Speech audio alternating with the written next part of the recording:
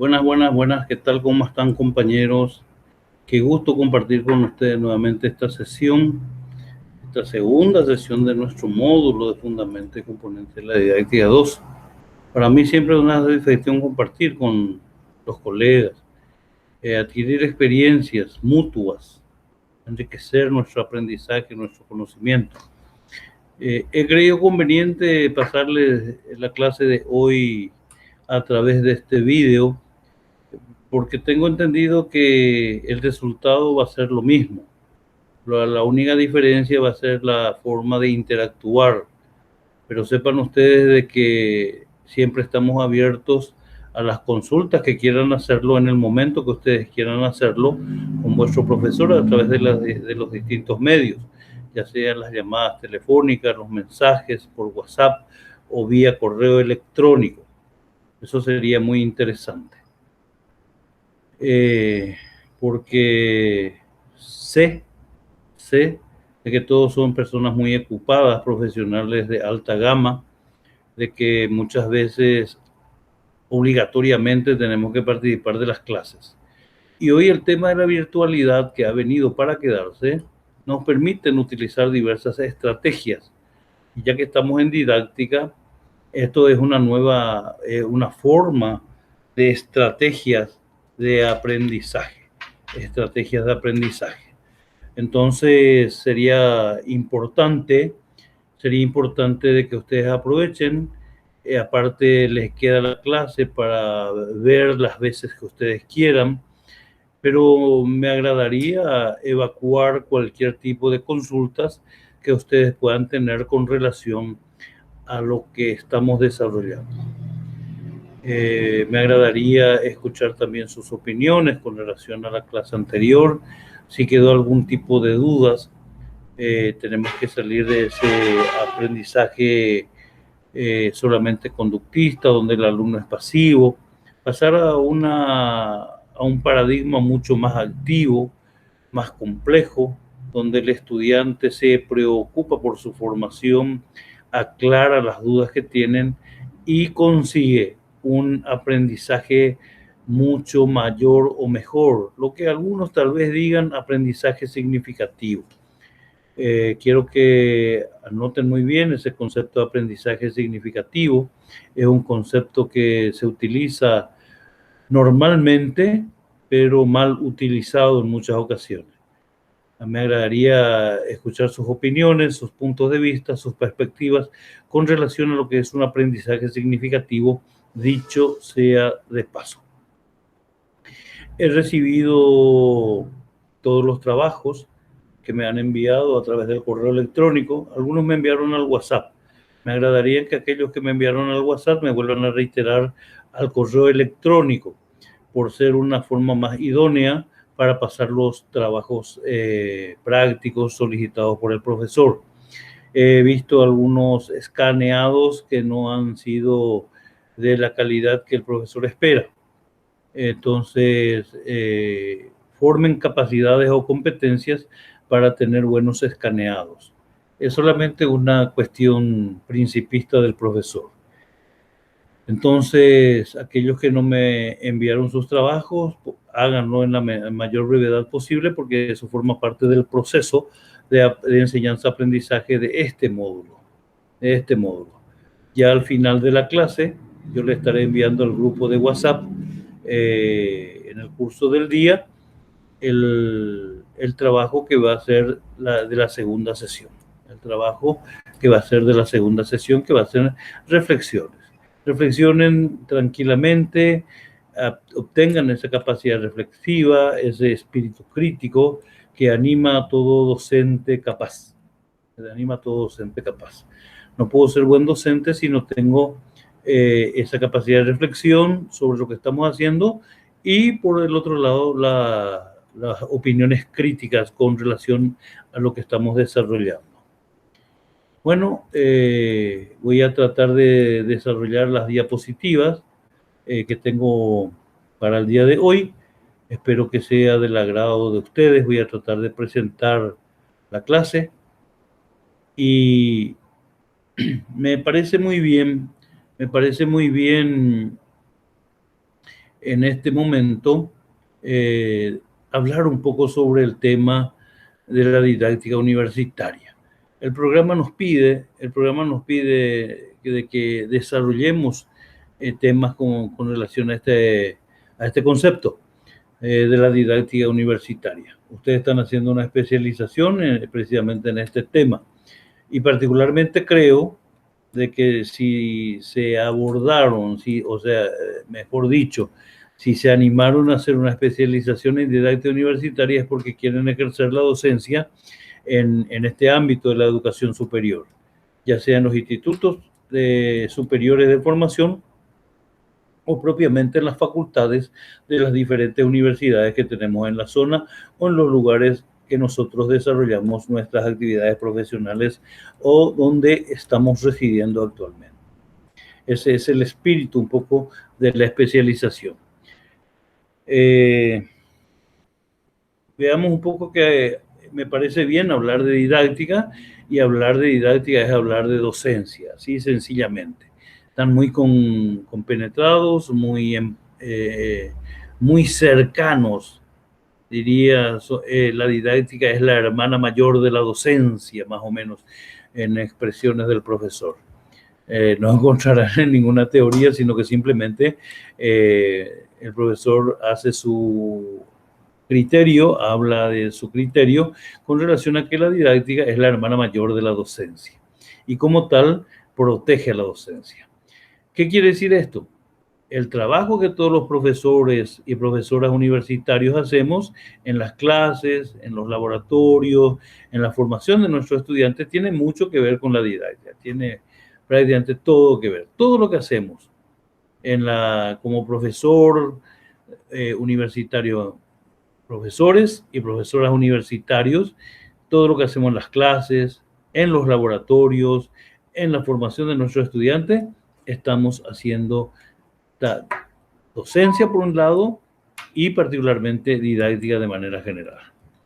Todos hacemos didáctica, todos, absolutamente todos, porque todos enseñamos. Esa es, por encima de cualquier otra consideración, la dimensión básica de nuestro trabajo como profesores, el enseñar. Entonces, y al enseñar, estamos haciendo didáctica. De eso se trata.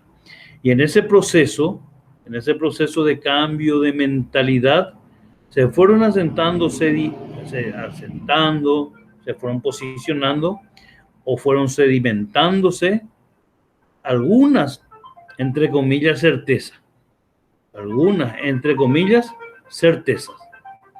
Y es posible que hablemos de convicciones, y lo cual resultaría mucho más apropiado, porque certeza es un tema muy amplio. Entonces, tal vez nuestras propias convicciones. No puedo saber yo de que yo esté en lo cierto, pero sí estoy convencido de que algo es así. Hay una tarea entonces en esa parte de diferenciar conceptualmente estos dos términos, de la certeza y de la convicción. Entonces, teniendo esas diferenciaciones conceptuales de certeza y convicción, vamos a entender más profundamente a qué se refiere lo que estamos hablando. Entonces, en este proceso, volviendo a nuestro tema, en ese proceso de cambio de mentalidad, se fueron asentando, sedimentando algunas convicciones que venían a romper, o cuando menos, a problematizar la imagen que los docentes y las autoridades académicas tenían sobre la docencia. Entre ellas podríamos destacar las 4 siguientes que servirán de base al discurso que después voy a hacer sobre la didáctica universitaria. Entonces, vamos a ver un poco cuáles son aquellas 4 siguientes cuestiones que problematizan o que vienen a romper la imagen que los docentes y las autoridades académicas tenían sobre la docencia. Primero, la idea de que la docencia es un componente importante en la formación de nuestros estudiantes. Una buena docencia marca diferencia entre unos centros universitarios y otros, entre unos profesores y otros. Yo estoy muy convencido de eso, tengo una amplia convicción de esto, compañeras y compañeros, de que una buena docencia marca el derrotero o marca la diferencia entre una facultad u otra facultad, entre una universidad y otra universidad. Y en lo que es más, una buena docencia marca la diferencia entre un buen profesor y los otros. Es lo que yo siempre les digo, es ser diferentes, ser los otros de los otros, no ser lo mismo, no ser lo mismo. Esa es una convicción que tenemos. Entonces, esa es la idea que subyace actualmente en la docencia universitaria. La segunda tiene que ver con la idea de que la docencia pertenece a un tipo de actuación con características propias y distintas de otros cometidos que el profesorado universitario debe asumir. Enseñar es distinto de investigar. No es lo mismo investigar que enseñar. En las universidades están los docentes e investigadores. Esos docentes e investigadores no están en las salas de clase. Ellos están en los laboratorios o en las oficinas, en las grandes oficinas donde se generan los proyectos de investigación. Enseñar entonces es distinto de investigar y es también distinto de llevar a cabo tareas de gestión. ¿Qué son las tareas de gestión? De que yo administre una facultad. Lo que estamos viendo ahora es cómo enseñar, no cómo administrar. Son cuestiones totalmente diferentes. También enseñar es distinto que las actividades de extensión cultural o actividades de extensión universitaria. Lo que nosotros hacemos en nuestras sociedades cuando somos estudiantes universitarios. Porque hay que tener en cuenta, compañeros y compañeras, de que la universidad se asienta sobre tres patas, diría el profesor. ¿A qué me refiero? A que las actividades fundamentales de una universidad, los propósitos, las finalidades, son la academia, que es la docencia, la academia, la investigación y la extensión. Y la extensión es propia, son las tres finalidades que tiene la universidad. Pero la docencia es diferente a la extensión.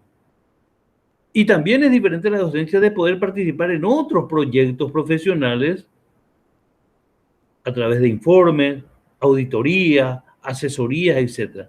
Son cuestiones diferentes. Entonces nosotros tenemos que partir de la idea de que la docencia pertenece a un tipo de actuación con características propias y distinta de todo lo que estamos hablando. No sé si me pudieron comprender. Traté de ser lo más claro posible.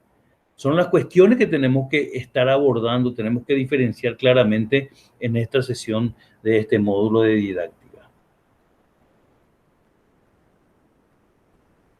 Un tercer punto tiene que ver con la idea de que ser capaz de hacer una buena docencia no es una cuestión de mucha práctica.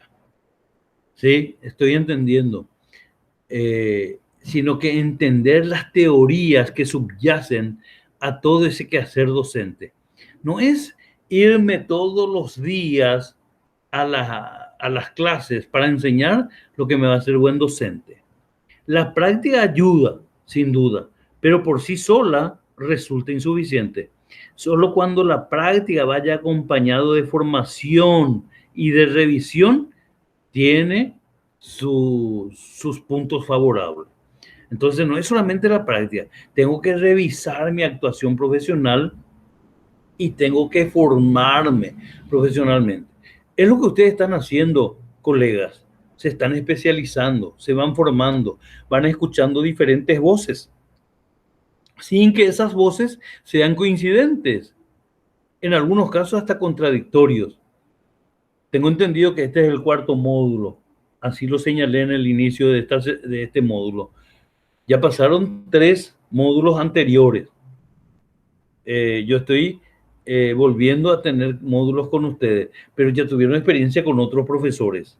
Entonces, tal vez no coincidamos en las mismas cosas, pero eso es lo que produce la sensación de formación para que tengas claridad conceptual sobre las cuestiones.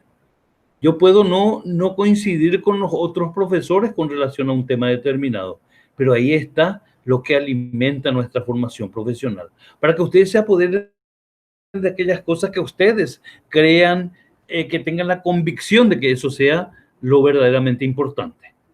Y a eso se refiere. La práctica ayuda, sin ninguna duda, pero por sí sola va a resultar insuficiente en nuestra práctica cotidiana. Solo cuando la práctica vaya acompañada de formación y de revisión, se logra un éxito superlativo en nuestra actuación docente. Y un cuarto tema es que la idea de que al final, como cualquier otra profesión, la docencia constituye un espacio propio y distinto de, entre comillas, competencias profesionales. Algunas veces, y ustedes lo sabrán, de que vienen de profesiones diferentes, pero sin embargo, cuando están en la sala de clases enseñando, se están convirtiendo en docentes. Y algunas veces, no quiero dar la certeza de eso, pero estoy convencido de que algunas veces ese estar frente al alumno nos da unas satisfacciones personales más que nuestra misma profesión. Entonces, esos son 4 temas importantes que hay que debatir un tanto y pueden hacerlo con sus compañeros, con sus colegas más cercanos, cuidándose siempre del distanciamiento social que este tema del COVID-19 nos trajo aparejado desde el año anterior hasta ahora. Espero que vaya siendo muy claro en mis conceptualizaciones con relación a los temas que estamos desarrollando. Les vuelvo a reiterar de que estoy atento a cualquier consulta que ustedes me puedan hacer por los diferentes medios que esté al alcance de ustedes. Hay algunas cuestiones que tenemos que ir dejando un poco de lado. Algunas veces, de tanto escuchar esto, creemos que eso tiene una certeza extraordinaria. Por ejemplo, que a enseñar se aprende enseñando. Esto es un poco para reiterar lo anterior que estábamos citando. Que a enseñar se aprende enseñando. No. A mí nunca nadie me enseñó a enseñar. Simplemente me fui formando, me fui ganando experiencia, dejando de lado aquellas cosas que yo consideraba de que no eran oportunos o pertinentes. Entonces, me fui revisando nuevas teorías, leyendo algunas investigaciones educativas y más aún hoy con el tema de la virtualidad. Esto era una contingencia que comenzamos en marzo del año pasado y de un día para otro nos dijeron, bueno, tenemos que enseñar a través de las plataformas virtuales. Entonces, nadie nos enseñó a trabajar en la virtualidad. Sin embargo, hoy nos ayornamos. Ayornar quiere decir nos adaptamos.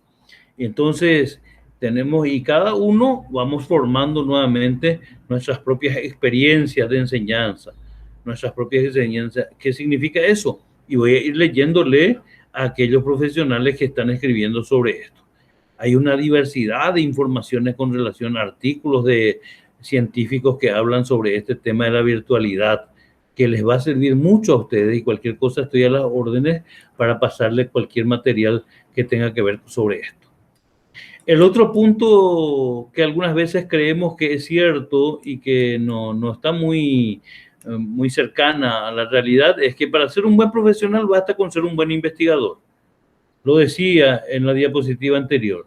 Los investigadores, profesores investigadores, es un eslabón, un escalafón dentro de la docencia universitaria, pero que el profesor investigador, el docente investigador, trabaja en laboratorios.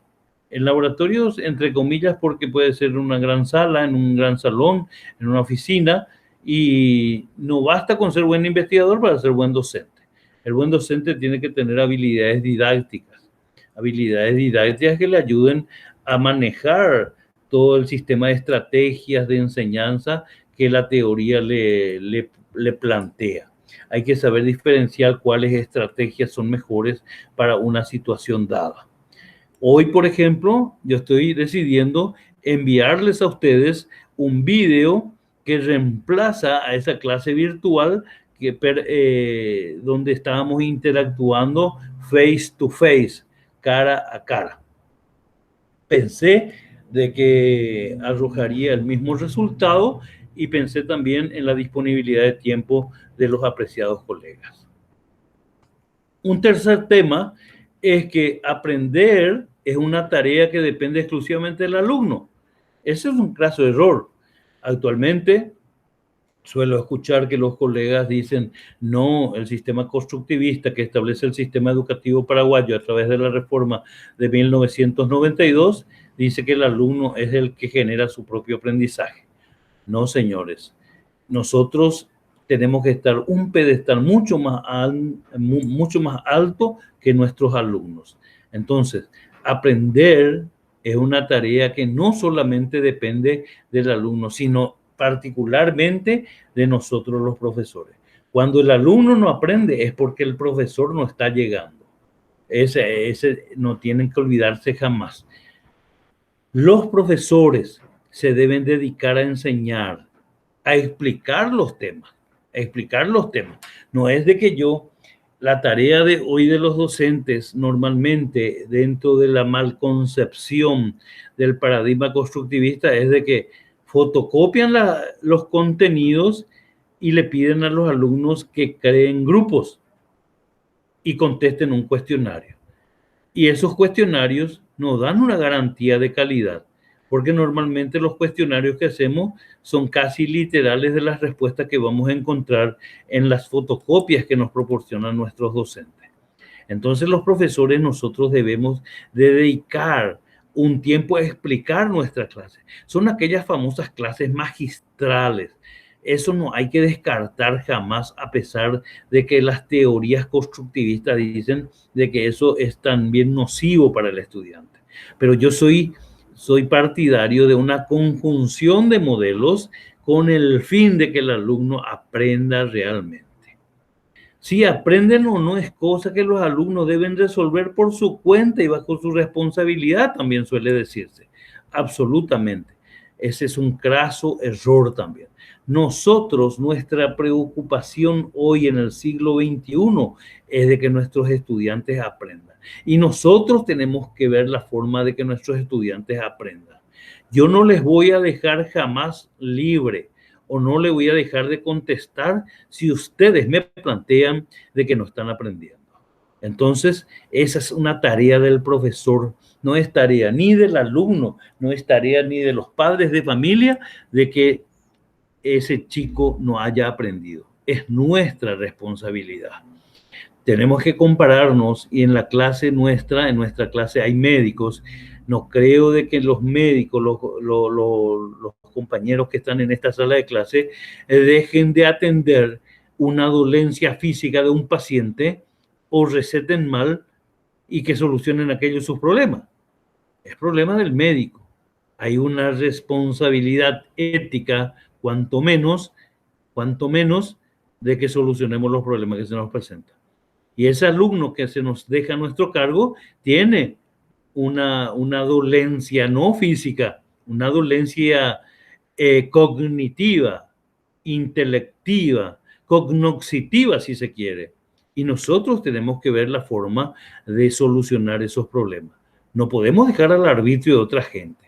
No podemos decir de que si no aprenden es problema de él, de que es cabezudo, de que tiene problemas de comportamiento, problemas de atención. Eso nosotros tenemos que solucionar. Otro punto importante que normalmente se dice que una universidad es de calidad, no tanto por las clases que imparte, como por los recursos que dispone. De laboratorios, de bibliotecas, de ordenadores, etc. Para mí el concepto de calidad, compañeros, es un concepto polisémico, concepto de calidad. No puedo hablar solamente de calidad cuando digo, qué lindo edificio, qué comodidades físicas tiene, qué sistema de conectividad tienen, qué buenos profesores tienen. Es la conjunción de todos ellos y más por la docencia, más por la efectividad del aprendizaje de la que imparten sus docentes. Entonces tenemos que cuidar esos detalles. En definitiva, colegas, no será fácil superar del todo estas viejas ideas que pese a las innumerables evidencias en contra, algunos defienden como principios incontestables. Hagan ustedes una especie de sondeo a ver qué les dicen los profesores en la sociedad donde ustedes están realizando sus actividades profesionales. Pregúntenle sobre estos 4 puntos que estamos estableciendo en esta diapositiva. Les pido que hagan ese trabajo, por favor, y háganmelo saber si ustedes quieren. Y les va a contestar así como estamos, como se nota en la diapositiva, no como en las aclaraciones conceptuales que hace el profesor. En fin, son cuestiones que a mí me parecen que son muy interesantes, que son muy importantes determinar para que tengamos una buena docencia universitaria. Por el otro lado, en resumen, ya como un resumen, la didáctica actual es un campo de conocimiento,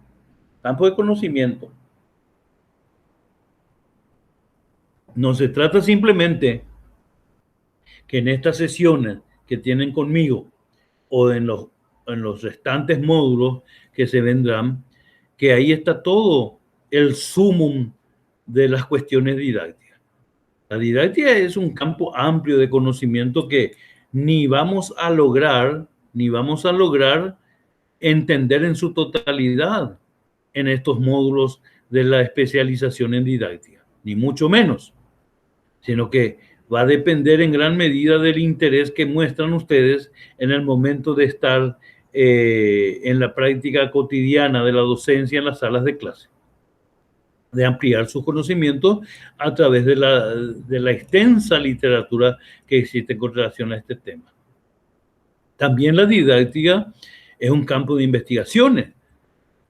No se concibe hoy que el profesor no empiece a investigar un poco sobre qué pasa en este ámbito. A mí me interesa mucho en este momento un poco el tema de la virtualidad, en el uso de las plataformas educativas, en la efectividad de las plataformas.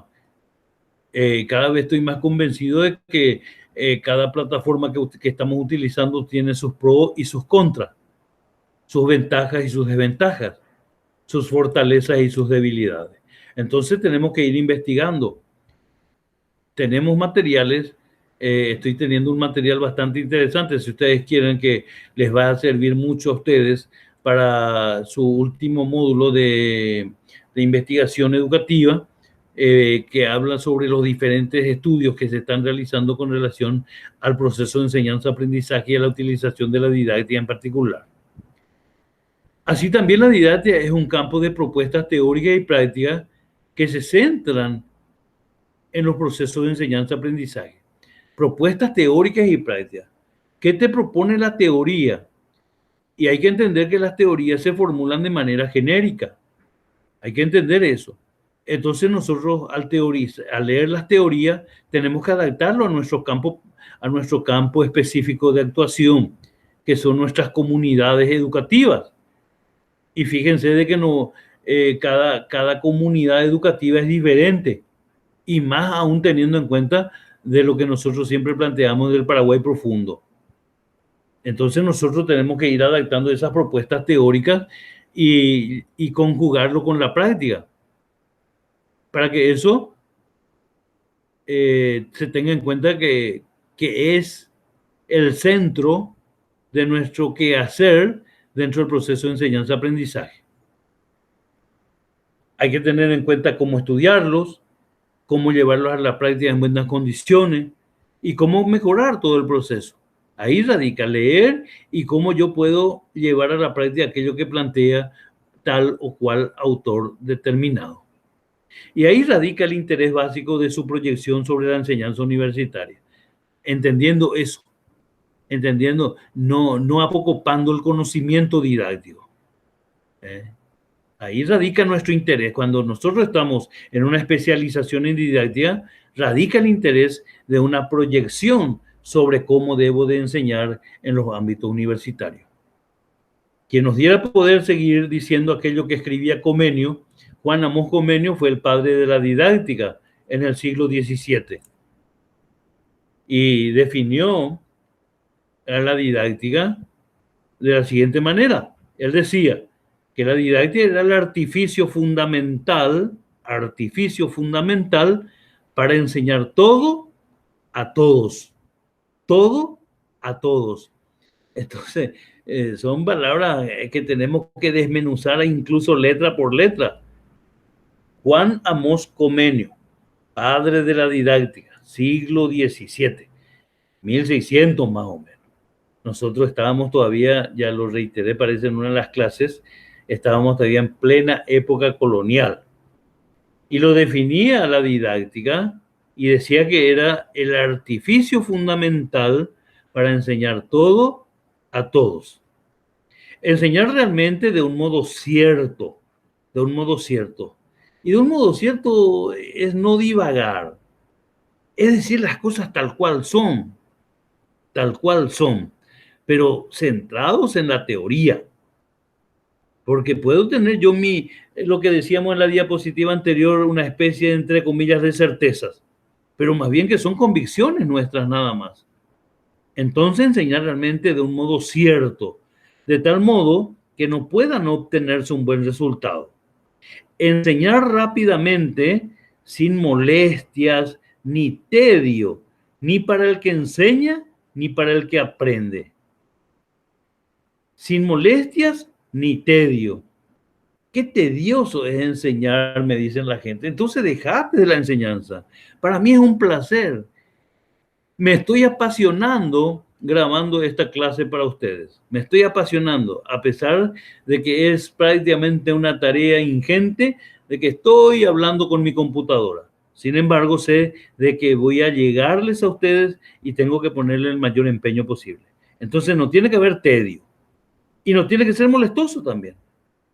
Ya llega otra vez el día miércoles que tengo que enseñar didáctica universitaria. No tiene que ser molestoso, ni para ustedes ni para el profesor. Entonces estoy buscando la estrategia, grabando la clase para que no sea molestoso para ustedes porque estaban teniendo alguna actividad. Sé que los abogados en algún momento tienen alguna audiencia, alguna entrevista de trabajo con algún cliente y justo a esa hora tenía que conectarse. Como alguien aquella vez estaba manejando, incluso aún así estaba en conexión con nosotros. En fin, entonces, enseñar rápidamente, sin molestia, ni tedio, ni para el que enseña, ni para el que aprende. Antes, al contrario, con gran atractivo y agrado para ambos. Tiene que ser de atracción y agrado.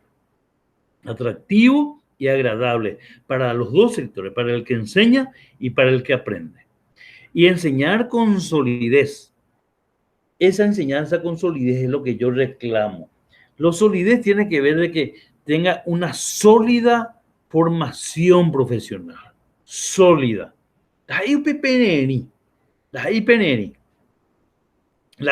La solidez en el conocimiento es un adjetivo calificativo muy válido en este tiempo.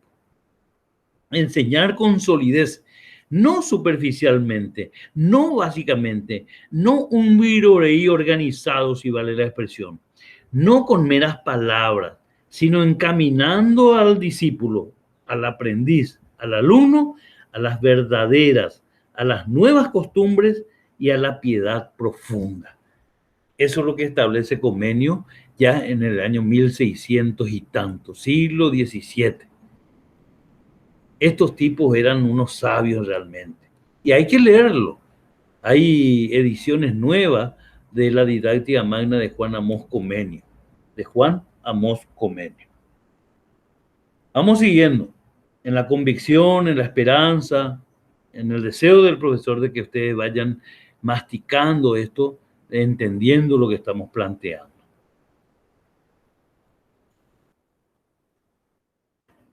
Se me fue un poco el teclado. Discúlpenme por favor, pero ocurre en las mejores familias. Entonces, hasta aquí hablamos de didáctica universitaria. Ahora, al renglón seguido, vamos a hablar de las teorías pedagógicas contemporáneas. que es también lo que nos establece.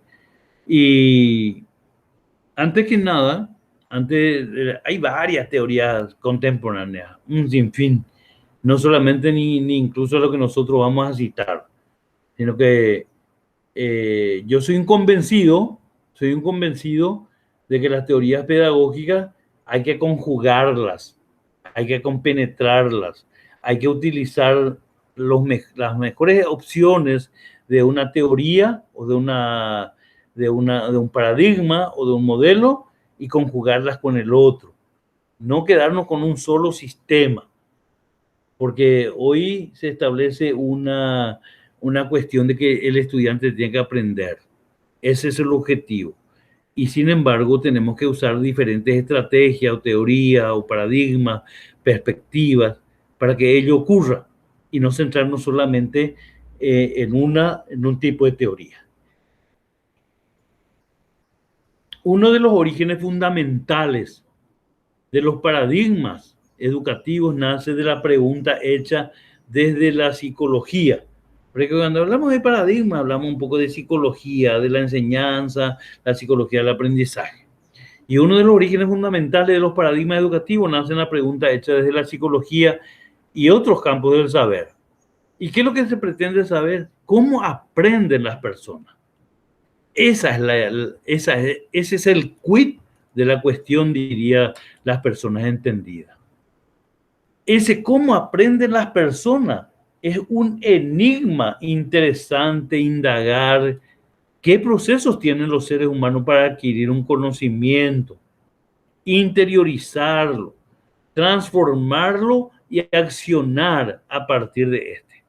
Entonces, ¿ustedes saben cómo aprenden las personas? Buena pregunta, me van a decir algunos. Pero entonces, esos son las dudas, el enigma que sería interesante indagar. Entonces, eso lo vamos a resolver solamente a través de los diferentes paradigmas que los estudiosos han establecido para tratar de entender esta disyuntiva de cómo aprenden las personas. Entonces, me hago la pregunta, ¿será por medio de una interacción social?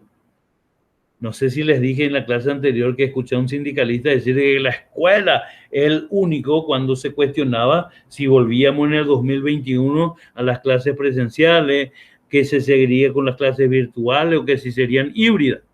Y defendían esto porque algunas decían de fuerza y la virtualidad. La llaman en Japón, y la virtualidad. Entonces el sindicalista dice, no, tenemos que volver ya a clase porque la escuela es el único lugar de la interacción social. Y la interacción social es la base del aprendizaje. Entonces, ¿será que es el medio de la interacción social que los alumnos aprenden? ¿Será por medio de la observación? ¿Será por medio de los estímulos? ¿Será una necesidad interior en el ser humano? ¿Será parte de su naturaleza? ¿Será una construcción en constante evolución? ¿O serán todas las anteriores o ninguna de las anteriores las estrategias de cómo aprenden las personas? De eso se trata estudiar las teorías pedagógicas contemporáneas, tanto sea de la enseñanza y del aprendizaje. No sé si me están entendiendo. Les vuelvo a reiterar una vez más de que si no me están entendiendo, hagan el favor de hacerme saber a través de los diferentes medios con los que cuentan ustedes a su alcance, ya sea el teléfono, ya sea los mensajes de WhatsApp, o no solamente de WhatsApp ahora, a través de los otros sistemas de mensajería, Telegram o Signal, a la cual también yo estoy sumado. Entonces, utilicemos las diferentes estrategias para llegar al profesor. O si quieren, porque también eso es muy importante y le da un valor agregado a la formación profesional de ustedes, el uso del correo electrónico. El uso del correo electrónico les sirve hasta para realizar sus actividades académicas que les plantean los diferentes profesores. Eso sirve como una referencia bibliográfica a la respuesta del profesor a las dudas que tienen ustedes. Muy bien, seguimos. Después de responder a esta pregunta, las preguntas de cómo aprenden los estudiantes, viene la siguiente. ¿Cuál es la forma más apropiada para aprender? ¿Cuál es la forma más apropiada para aprender? También eso va a responder la teoría. ¿Será que desde el individuo? ¿Será desde el medio? ¿Será desde la autonomía del estudiante? ¿Será desde la espiritualidad del ser? ¿Será desde una comunidad de aprendizaje? ¿O será desde una computadora? Esas son las cuestiones que tenemos que ir resolviendo a través de los diferentes paradigmas. Y ahí estoy analizando nada más críticamente, y ahí tiene razón de ser lo que les planteaba en la conjugación de los diferentes paradigmas. Porque si somos muy puristas y nos quedamos con un sistema, no vamos a llegar a reunir todas las respuestas que tengamos con relación a eso. Entonces, analicen ustedes cada teoría en particular y después tal vez me darán la razón o bien descartarán mi idea.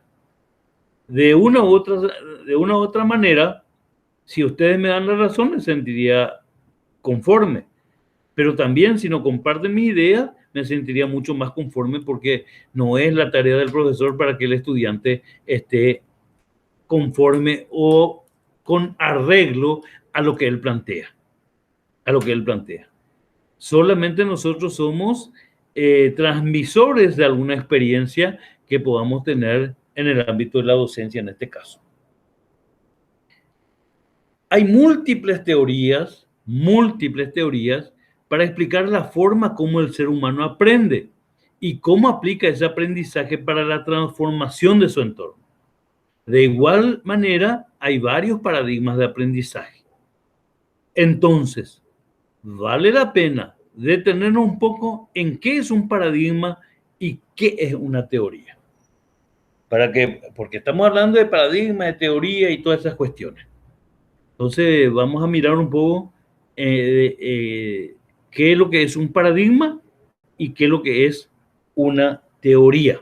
Hoy tal vez veríamos lo que es paradigma y en nuestra sección dejaríamos lo que son las teorías. O tal vez puedan ser las dos las mismas cosas. Vamos a ver qué dicen los autores.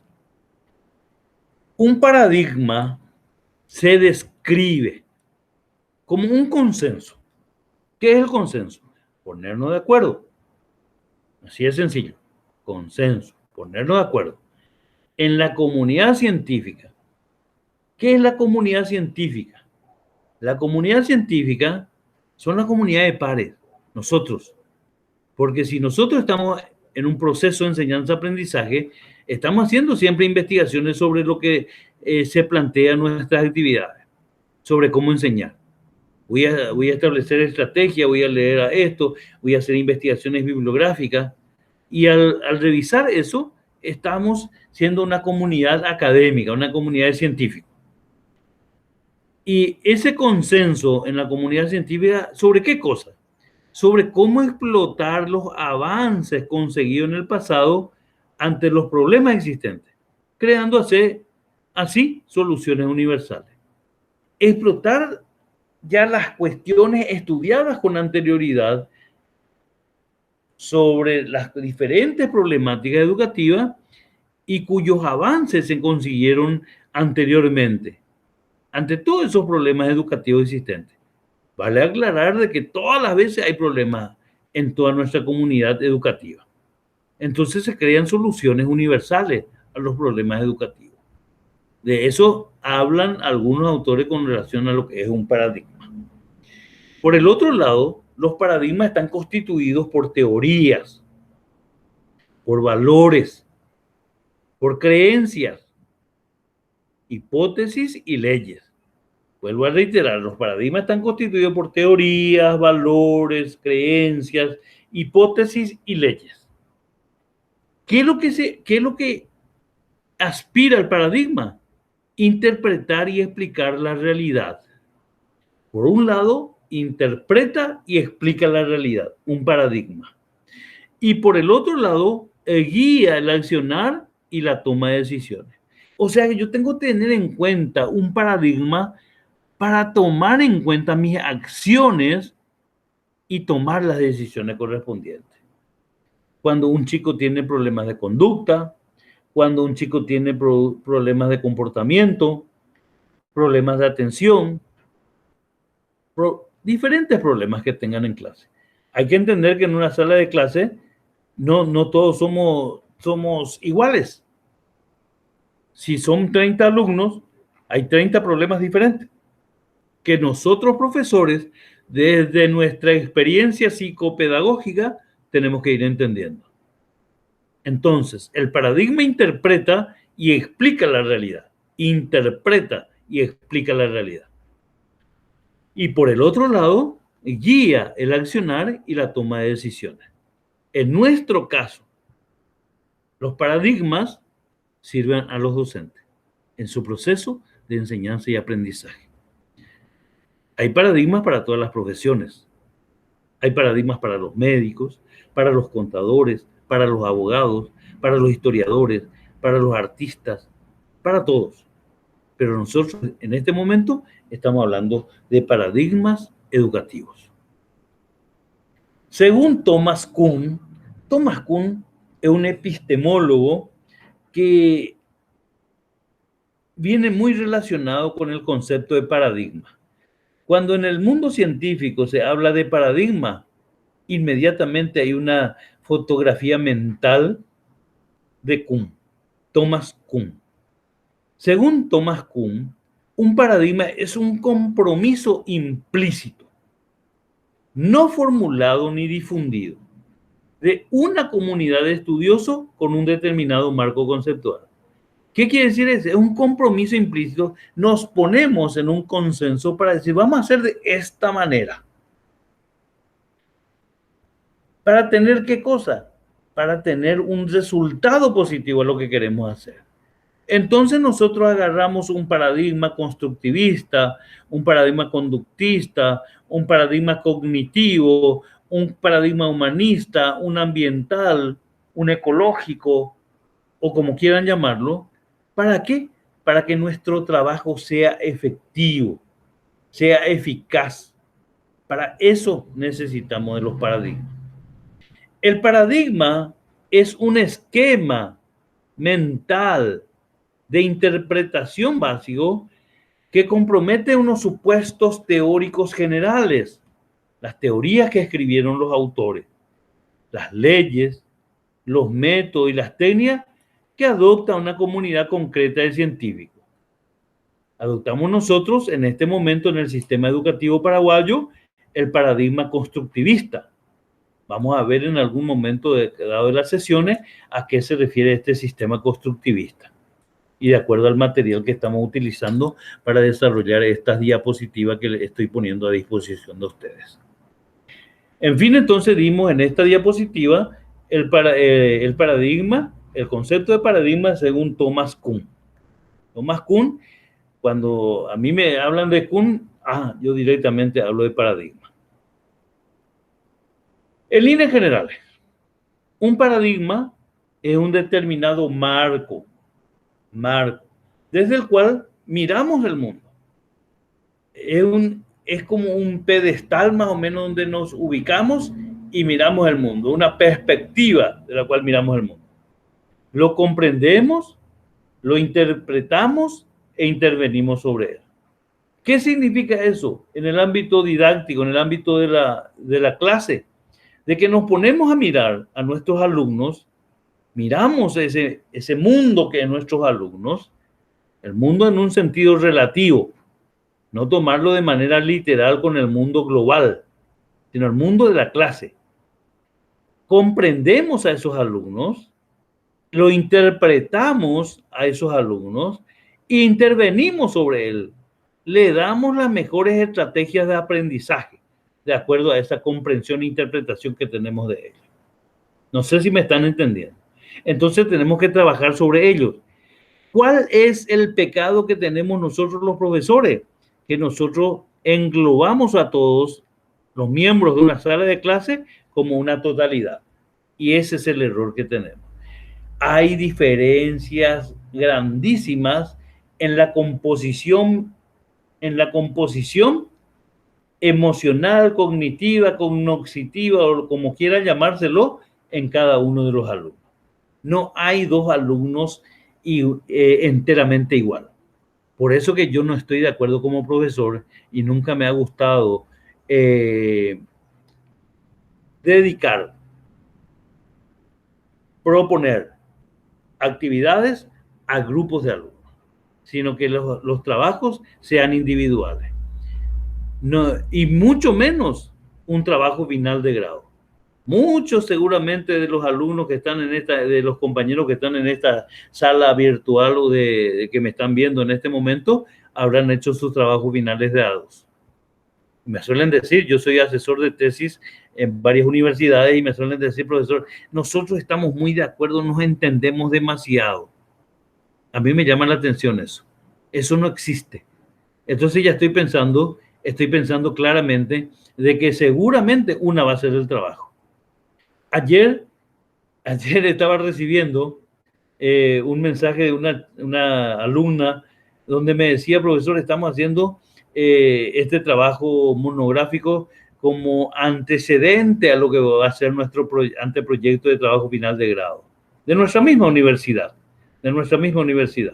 Y había 4 estudiantes a quienes le conozco, pero solamente esa que me llamó se hacía cargo del tema que ellos estaban estudiando. Y los 3 demás solamente iban a memorizar el trabajo seguramente que llevaba esta compañera que me llamaba. Entonces, tenemos que ser diferentes, tenemos que entender de que no todos podemos pensar de la misma manera. Y en ese pensamiento diferente de las cosas, se está construyendo nuevos aprendizajes. Entonces tenemos que escucharle a uno de manera individual y la percepción del otro de manera también individual. Y ahí se van sumando experiencias. Pero cuando se trabaja de a 2 o de a 3, es un trabajo que no tiene buenos resultados. Esa es mi posición personal. Pueden ustedes, como siempre, estar o no de acuerdo con él. El paradigma educativo incluye, o sea que un paradigma educativo incluye las leyes, las teorías y las aplicaciones educativas. Leyes, teorías y aplicaciones educativas. Las aplicaciones educativas, las leyes y las teorías no es muy obvio definirlos, qué son. Pero las aplicaciones educativas son los diferentes contextos en los cuales estamos desarrollando nuestras acciones. En este caso, el proceso de enseñanza-aprendizaje. El paradigma educativo abarca los marcos teóricos referenciales. ¿Qué significa eso, marcos teóricos referenciales? Y dónde puedo encontrar la información necesaria para enseñar, por ejemplo, la disminución de problemas conductuales que tienen los estudiantes. ¿Por qué se están retrasando los estudiantes en el aprendizaje? Por ejemplo, a mí me gustaría que ustedes analicen un poco qué incidencia tiene la merienda escolar o la entrega de los kits gratuitos, en el resultado del aprendizaje de un alumno. En estos días he leído un artículo muy interesante, no científico, valga la aclaración, donde decía que la entrega de los kits escolares aumenta la mediocridad, a la que yo estoy totalmente de acuerdo. Porque anteriormente, no sé si ustedes eran de la época de la entrega de los kits escolares gratuitos. No sé, no creo que ustedes hayan recibido antes. O tal vez sí, o tal vez no. Pero eso no ayuda en nada para que vos aumente de aprendizaje. ¿Por qué? Porque somos cómodos. Si no recibo el kit escolar, ¿cómo voy a aprender? No, te estoy mal acostumbrando. También el paradigma educativo abarca la teoría y la práctica, y específicamente la práctica educativa. Además, un paradigma educativo incluye los fundamentos pedagógicos. Además, los paradigmas educativos incluye u orienta mejor los fundamentos pedagógicos. ¿Qué son los fundamentos pedagógicos? ¿Por qué estoy haciendo de esta manera? lo que estoy haciendo. Usted le pregunta a un docente por qué lo hace, por qué hace de esta manera, y me dice, no, porque me indicaron que lo haga. No es indicar lo que se te haga. Lo que hace el ministerio dentro de un sistema, el Ministerio de Educación y Ciencia dentro de un sistema educativo, son lineamientos pedagógicos que hacen. Ahora, eso puede estar bien o estar mal. Y dentro de nuestro sano juicio de saber y entender, es el fundamento pedagógico. ¿Está de acuerdo esos lineamientos que envía el ministerio dentro del sistema educativo paraguayo? ¿Están dentro de esas líneas o fundamentos pedagógicos que se establecen? Yo, profesor, tengo que entender eso. Un paradigma educativo orienta la acción educativa.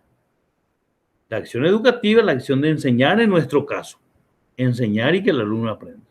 Y orienta también la investigación de los problemas de la educación. Y los problemas de educación son amplísimas, amplísimas, amplísimas. En fin,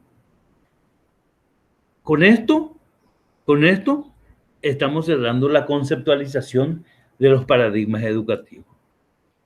Y para cerrar la clase de hoy, les quiero manifestar algunos paradigmas educativos que se conocen y en líneas generales, saber cuáles son sus objetivos. Tenemos, por ejemplo, el paradigma conductista, y en este paradigma conductista el ser aprende conductas observables, medibles y cuantificables. Medibles y cuantificables. Ese es el paradigma conductista. Mide la conducta del estudiante. Mide la conducta del estudiante. Entonces, eso es lo conductista. Las conductas observables quiere decir, estoy desarrollando mi clase y quiero ver si usted me está escuchando atentamente. Si no, no está prestando atención a otra cosa. Solamente eso. Hay un paradigma cognitivo donde el ser desarrolla procesos cognitivos y afectivos. Los procesos cognitivos son la motivación, la voluntad, la inteligencia misma, son parte del proceso cognitivo. La voluntad decía, la motivación decía, la atención y los estados afectivos. En estos estados afectivos siempre es conveniente tener en cuenta los estados emocionales. Hoy se habla nosotros parece que hablamos de la educación emocional en algún momento. Entonces, hay que entender que dentro de ese paradigma cognitivo se establece que el ser desarrolla sus procesos cognitivos y afectivos. El ambientalista, hay un paradigma ambientalista. Lo fundamental para este paradigma es el escenario donde se realiza la interacción y es entre personas y el medio ambiente. ¿Dónde desarrollamos nuestra actuación? Fíjense ustedes que en el proceso de enseñanza-aprendizaje, en este momento, tenemos un paradigma virtual. Me decía esta mañana, muy temprano, un estudiante de Ciencias de la Educación, espero, profesor, que muy pronto vuelvan las clases presenciales. Porque para él, dentro de este sistema ambientalista, el escenario donde se produce este proceso no es lo más efectivo para él. ¿Por qué? Por un sinnúmero de problemas en el sistema de conectividad, la falta de recursos económicos para acceder a una conectividad, en fin, una serie de cuestiones. Entonces a eso se refiere el ambientalista. El sistema constructivista señala que el ser desarrolla procesos cognitivos y afectivos en un escenario adecuado de aprendizaje. Escenario adecuado de aprendizaje. Por otro lado, existe un paradigma crítico social donde el individuo no es la única variable en el aprendizaje. También influye su entorno, su desarrollo cultural y su momento histórico. Hay un positivismo, un paradigma positivista, donde supone que la realidad está dada y que puede ser conocida de manera absoluta por la persona. Solo hay que descubrir el método adecuado para conocerla. Y por último, un sistema interpretativo donde la realidad está construida por hechos observables externos y por significados simbólicos e interpretaciones elaboradas por el sujeto en la interacción con los demás. Esas son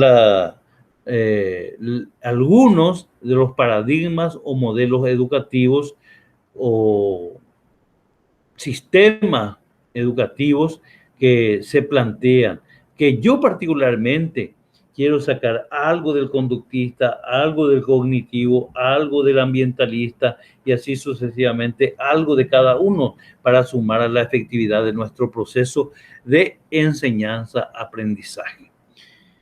Compañeros y compañeras, espero haberles sido claro. Hasta ahí vamos a desarrollar la clase de hoy. Espero no haberle importunado tanto. Espero que me hayan entendido. Vuelvo a decirles, aprovechen las diferentes estrategias para comunicarse con el profesor y me va a dar mucho placer compartir e intercambiar ideas a través de otras formas de relacionamiento con ustedes.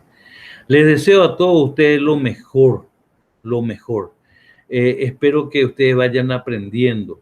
No entiendan de que acá se acaba todo esto. Vayan leyendo materiales. Yo les puedo ayudar con la entrega de materiales. Por el otro lado, y finalmente, quiero decirles de que tan pronto pueda, les enviaré la actividad para esta semana. Espero que este sistema de grabación de la clase haya sido efectivo para ustedes por dos motivos fundamentales. Uno, van a utilizar ustedes el tiempo disponible, el momento disponible para verlo. Y por el otro lado, también van a ver cuántas veces quieran ver este video sobre esta clase que desarrollamos en el día de hoy. Les deseo a todos ustedes lo mejor y estamos atentos ante las consultas que me puedan brindar. Muchísimas gracias y que tengan un feliz resto de jornada para todos ustedes. Nos veremos oportunamente, Dios mediante, en la próxima sesión de clases. Muchas gracias y bendiciones para todos.